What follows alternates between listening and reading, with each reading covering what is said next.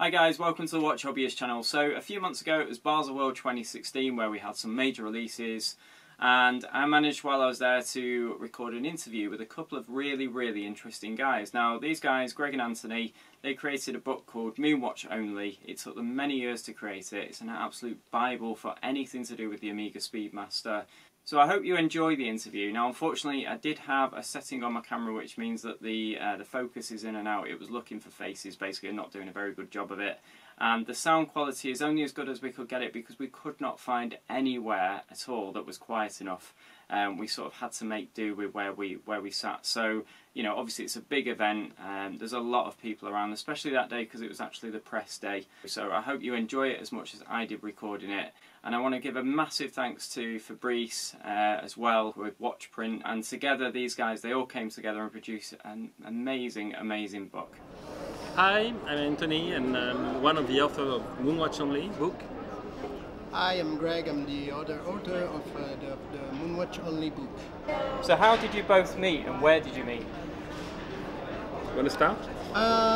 We met indirectly on a forum, of a French forum about Omega, and we were a few aficionados about Speedmaster, and we wanted to exchange things, and for this reason we started the project without having seen each other before. Yeah. And it was only a few months after that we met for the first time during Baselworld a few years ago.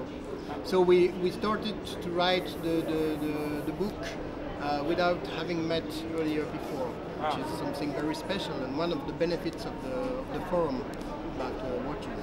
Yeah, so it's like a great community sort of aspect of the forum, exactly. Isn't it? And you found that, and that's what brought you together, yeah? Exactly. And what was your first watch, both of you? So what first got you into the world of watches? Was it Omega or was it something like a Casio? I think your first watch was an Omega. Not exactly. My first watch was something with a digital watch. I don't remember the brand, but my first real watch was an Omega Speedmaster that I inherited from my cousin that died, and I was only 13 years ago. And of course I still have this watch. Yeah. And do you have sort of a collection now yourselves? Or? We have built and we have many discussions about what is collecting, you know, because it's very difficult if you focus only on vintage or only on modern watches, if you want to wear the watches that you collect, or just keep it at home without wearing the watches. So, but yeah, we have a small collection because doing this book, we have met obviously great collectors with hundreds of watches, you know. So we have it's relative. We have a small collection. We don't have only Speedmasters. Obviously, the Speedmaster is very special for us, so we have a lot of them. But we also have other rarest vintage watches or modern watches. Or the Omegas. Yeah. So you have sort of premium watches then, so a higher range. Do you have anything lower range? Like, do you have like a Casio G-Shock if you ever go rock climbing? I love them. Yeah, especially it's the same story. I mean, I discovered the vintage G-Shock, you know, from the 80s, yeah. And they are fantastic, amazing. So no, it's not a question of price or of value of a watch. I mean, I think that we really love watches. That's why we choose to write a book. It's just a hobby, so we like watches. Obviously, nice watches are very expensive, especially nowadays. But we love all the watches, I think. Yeah. I have a few special watches as well. Yes, you do. Yeah. So you like Swatch. I used to love Swatch when I was younger, yeah. And I sold most of them, but I keep a few of them a bit special, but not highly valuable, but simply special. Just sentimental. I just keep them, but I have to agree that I no longer wear them, they are too small for me. Yeah, but it's more sentimental that you keep them in your... Yes, yeah. And it's also very interesting to discover watches that are not famous, and especially in the 60s or 70s, there were a lot of chronographs that are not famous anymore, but with great movements, and so it's also very interesting to go and to discover the market, and not only the Speedmaster or Daytona. There is almost nothing to discover. You maybe have to explain it, but we know everything about those watches. So it's really interesting to discover watches that are not famous. Yeah, absolutely. I totally agree. So was this is your first book? Is that right? Yeah. Yes. And correct. you have more in the works, or? That's a very interesting question. Something everybody asks. We have a few projects. Yeah. Okay. And because it was a very nice story. It's a 3 years work. So 3 years. Yeah. And it was extremely interesting to meet people, to, as I said before, discover watches that we didn't know before, and so we would love to repeat this story for other watches.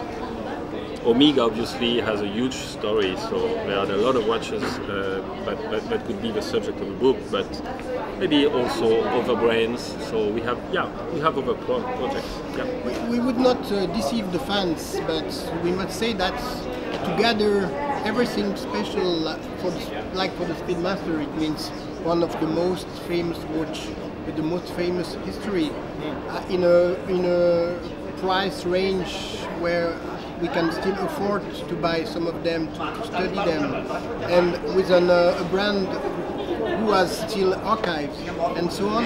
To gather everything, I don't think there are a few models for which you can do the same. Yes. So maybe it will be difficult for us to do something like MoonWatch Only with other models, because, for example, the brand is no longer existing, or there are no more archives, or there is not such a continuity in the model since 60 years and so on.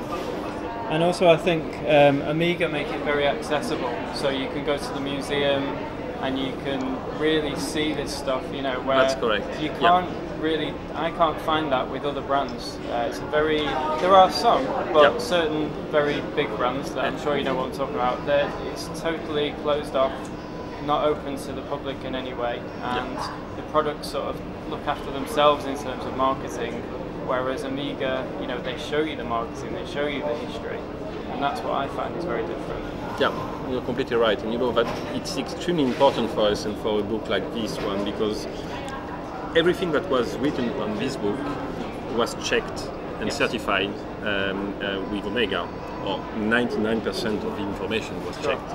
And I think that this is the added value of the book, because it's absolutely not like internet information that we just gather. And no, we tried really to check everything, and so you have to have the access to information with the museum of the archives. It's like a puzzle. We can make some research ourselves, make observation, but in order to validate and assemble the puzzle, Omega was necessary because of the information they had in the archives, and without their information, it would have been impossible to have all pieces of the puzzle. And it's also clear that sometimes we had some comments about, yes, but everything we can in the book we can find on the internet. It's not really true, because we found new information at Omega Archives. And also put them together into a book is not the same as finding information everywhere. And clarifying the information is what the key thing is, isn't it? Making sure that it's right. And even if you did find some information off the internet, to actually make sure it's real and historical, that's the difference with your book, isn't it? Yes, and one key point at the Omega Archives was to date our observation. For example, we observe such a dial in that model and that model, but at the end, in what year is it? So thanks to the archives, we could date, for example, okay, this dial could be seen in this model, which means that it was from January 67 to January 70, for example. And that was one of the added value of Omega. And of course, we could benefit from their pieces at the museum for the photographies for models which we had not in our collection. Yeah, I was going to ask that. So I wondered how you actually, because obviously to take the pictures you have to have the watches. So that must have been a real challenge to get the pieces, and sort of, was that sure as much as difficult as I would expect it is? Yeah. I would say that roughly 50% of the watches were our watches in this book. Probably. 1/3 was of the museum, okay, and then the rest from other collectors. But it was extremely difficult to gather all the watches because there was an important thing that we wanted to do was to we didn't want to take existing pictures of the internet. So all pictures that you see here are our pictures. Yeah, just fresh. And exactly, and hadn't been published before. So that was a key point. Yeah. And that's very important because if you go over old stuff, then you might as well just rewrite somebody else's book. You've got to start with your own fresh images, haven't you? Definitely. Correct. And where did you acquire? I noticed some pictures of sorts of the moon in there, and NASA pictures by the looks of it. Are they acquired from Omega, or are they acquired from NASA? No. Most of them were acquired either directly on the NASA website. Yeah. And some of them were scans from the Omega Museum. Okay. Knowing that NASA allows to take to use their pictures. But to be sure, the Omega Museum show the pictures we wanted to use and show them to the NASA to see if it was okay. So it took 3 years to write the book. So out of all of the references that ended up in the book, is there a particular favourite? Or I'm not talking Omega in general, but maybe is there one that was maybe so difficult to find that it became the one that you enjoyed the most researching, or is there a particular? That's a difficult question. I think that we both started with modern watches, okay, so with the special editions of the last years, and then after that you go to vintage, and obviously the more vintage it is, the more interesting it is, so I don't know. Favorite watch? A favorite watch? I would say maybe the 2998. I personally don't like so much the first one, the 2915, because I just don't like the hands of the watch. But it's very personal. I don't know, you? It's very difficult to say because I love a lot of them for several reasons. Yep. Some of them were a grail to find.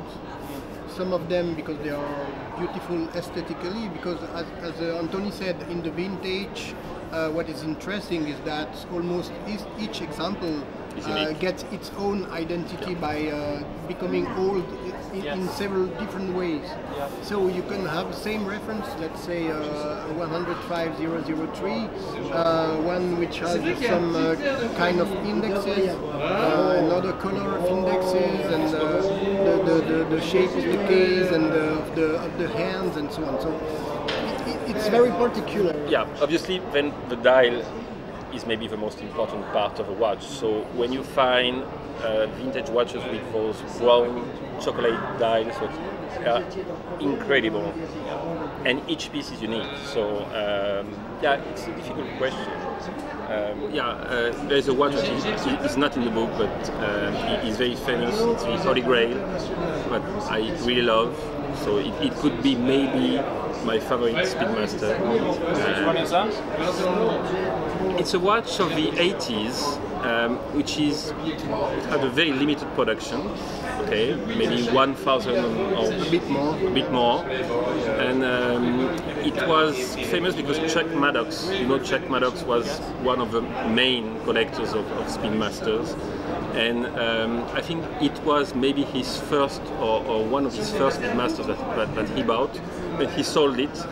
And after he realized that it was very rare, so he wanted just to buy another one, and he spent a lot of time finding this watch, and he called this watch the Holy Grail.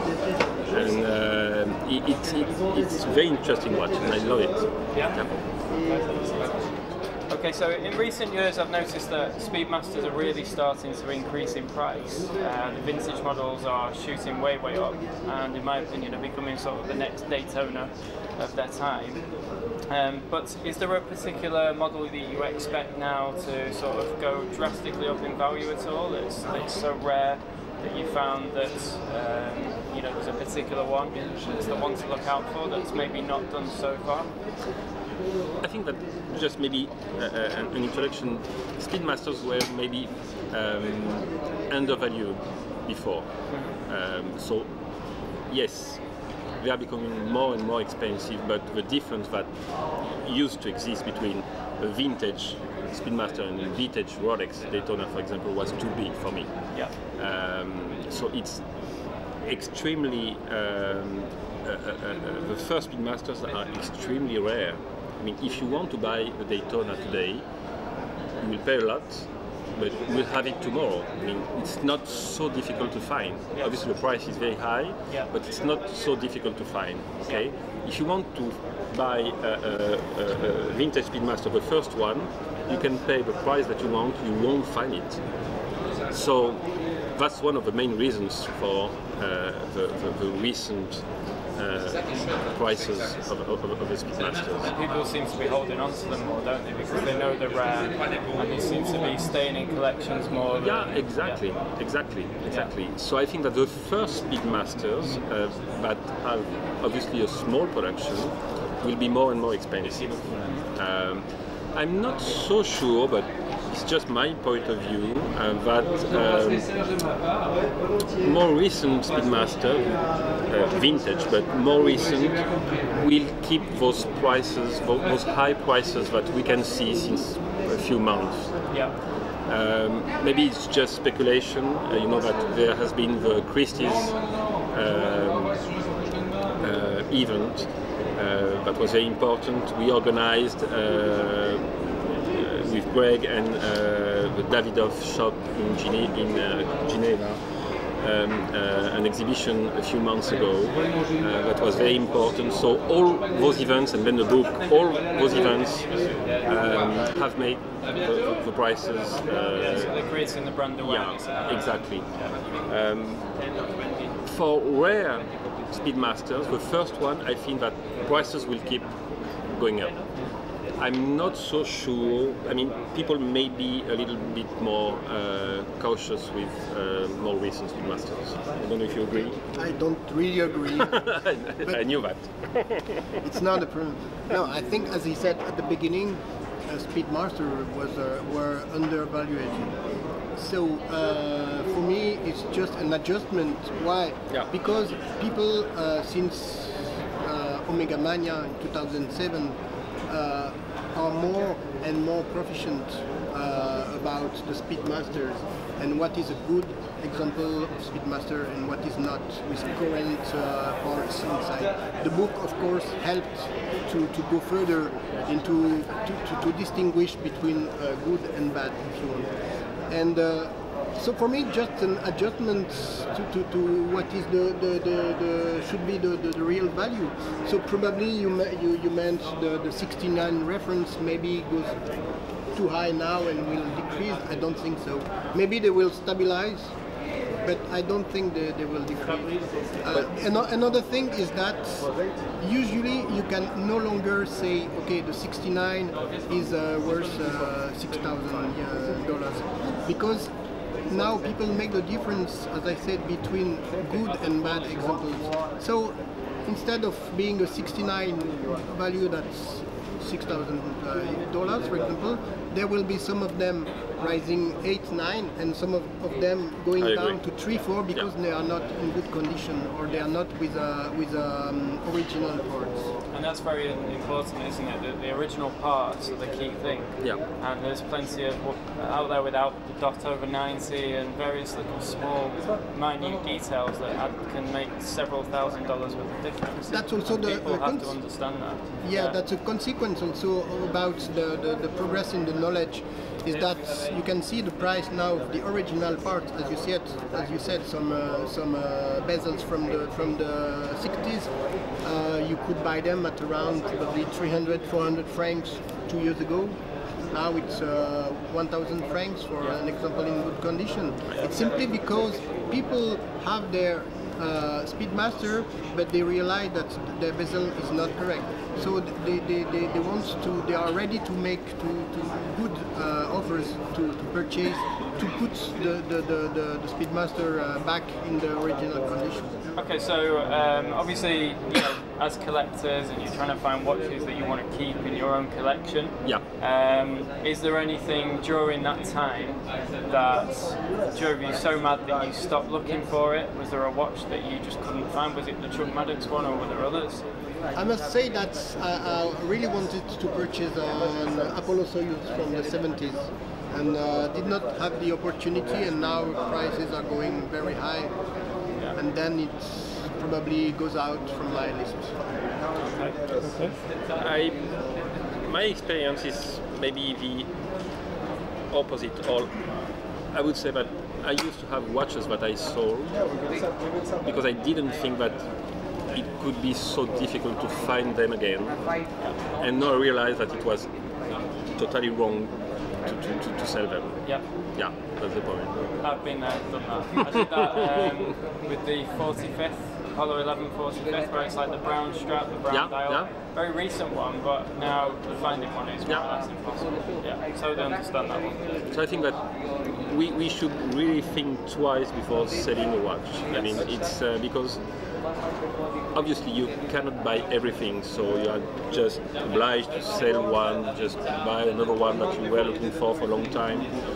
But you have to think twice, because I have a few experiences of watches. I mean, Apollo Soyuz, for example. So yeah. Do you think, just touching on that, so like there's the Snoopy from last year, which obviously has been really high in demand, and they're struggling with certain parts of the production, so the production is slow. But is that is that a game changer for recent times with the sort of limited editions? Are suddenly people taking more notice, do you think, of the current models, or is that just because it was a Snoopy and it's such a key watch in the history? Obviously, Snoopy is very particular for Speedmasters, so and the experience of the first one is important. But it's extremely difficult to say if it will be a real reason or a real success. I mean, we'll see it in a few years. For the first Apollo Soyuz, to go back on the Apollo Soyuz, the first one, which was made for the Italian market, at the beginning, people didn't want this watch. I mean, they didn't understand the watch. It's the only Speedmaster without the name Speedmaster written on the dial, and it was a problem for people, for buyers. And now, it's a huge success. It may be the one of the rarest Speedmaster that you can have. So I don't know. Really, I don't know. For the Snoopy, I really have no idea about that. Okay. It's about 1,000, okay, a bit less than 2,000 examples. Yeah, I think 197. 197. So it means that it was not the only one with that production volume. There were a few other ones like the Alaska Project and a few others. If there will be a special Snoopy effect, this is possibly due to the first series. That seems to be hard to find despite its high production volume with 5,441 copies. So maybe that's the effect of the first Snoopy. Otherwise, I don't really see why the Snoopy rather than another one. Yeah. And possibly the market will calm down. I don't know. And I'm not sure it is the same public for those watches, because real collectors are looking maybe more for vintage. for those limited editions that you can find today, you have both collectors that want to set up a collection of limited editions, and then maybe other kind of buyers that just like the watch, like the dial, which is very particular, and also the technology with Baselworld, which is it's Luminova, I think. I don't remember. I mean, so you have another public. So it's very difficult to say. It's very difficult to define the real impact of a Snoopy or a specific limited edition, because you have not one public but a few ones. And then final question. So I just wondered, this year, Basel 2016, obviously we've got some new releases. We have the CK2998 in blue, which is a really nice model in my opinion. I just wondered what you think of the current releases. We've got the Meteorite Speedmaster with the ceramic case. You know, just what are your thoughts on? It's really nice. You tried it. Yeah, I really love the new CK2998. I will possibly order one. Yeah. So, saying that although I am a rather vintage collector, I also can appreciate modern pieces, but of course I prefer vintage. So yes, I think that's a really good model, and within the first 24 hours on the different forums, there are only positive opinions about this model. I have not seen any negative opinions, so it means that probably it will be a great success. And do you like that combination of sort of retro looks in a modern case, so it's wearable and it's a good combination? Yeah. It's not too big. Yeah. I don't like big watches. This one is, for me, perfect. The dial is very nice, you know. So yeah, I think it's a very good idea. Very good idea. The pushers are smaller. It's very nice. Very nice watch. Well, thank you very much for your interview. Thank you to you. It's been really enjoyable, and we found out some great information about the MoonWatch Only book and the history. Okay, so we now have Fabrice with us. He's from Watch Prints, and he's offered to give a book away, the MoonWatch Only book, for a competition for the Watch Hobbyist channel. So I just wanted to ask you, Fabrice, how did you all come to meet, and how did Greg and Anthony approach yourself for the book? Or? So it was quite special because Greg, first of all, tried to buy a book from us, and then we realized that we knew each other much before. In fact, we were at school together when we were younger. Okay. And we started to talk, and we started to talk about Omega. He said that he was collecting Speedmasters, and then he said, hey, I would like to do a book. And I said, okay, show me what you have. And in fact, it was huge work, so I was really impressed. And then we decided to go to Omega factory to check if they were interesting by the work they did, and that's the way it started. Excellent. Okay, and now we're here. Now we have the fantastic Now we have the book, and I find it's an incredible, concise encyclopedia of the Speedmaster, isn't it? That was the difficulty of doing this book, because he had a huge database. He had like a file. So it was not a book, it was a lot of information, and then to pass from this huge work to something that looks like a book and which is readable, that was another step. And it took quite a lot of time, but with Anthony and Greg, we tried the way to do it. Great. Well, it went well. We are still friends, so. Well, thank you so much for the offer of the book for the competition. That's really, really great. Somebody's going to be really, really happy with that. Pleasure for us. Thank you. Thank you. Thanks. Okay, so I really hope you enjoyed that interview. I'm sorry about the focusing issues, and I know the sound could have been better, but there's just nothing we could do in that situation. But I still really, really enjoyed creating this interview. I really enjoyed the answers that I received from Greg and Anthony, and also finding out how they met Fabrice, who was the reason why the book came together in the end anyway. You know, Greg and Anthony basically had the material, but no way of printing it until Fabrice came along. So, again, massive thanks to all the guys. I hope you enjoyed it, and I'll see you again soon.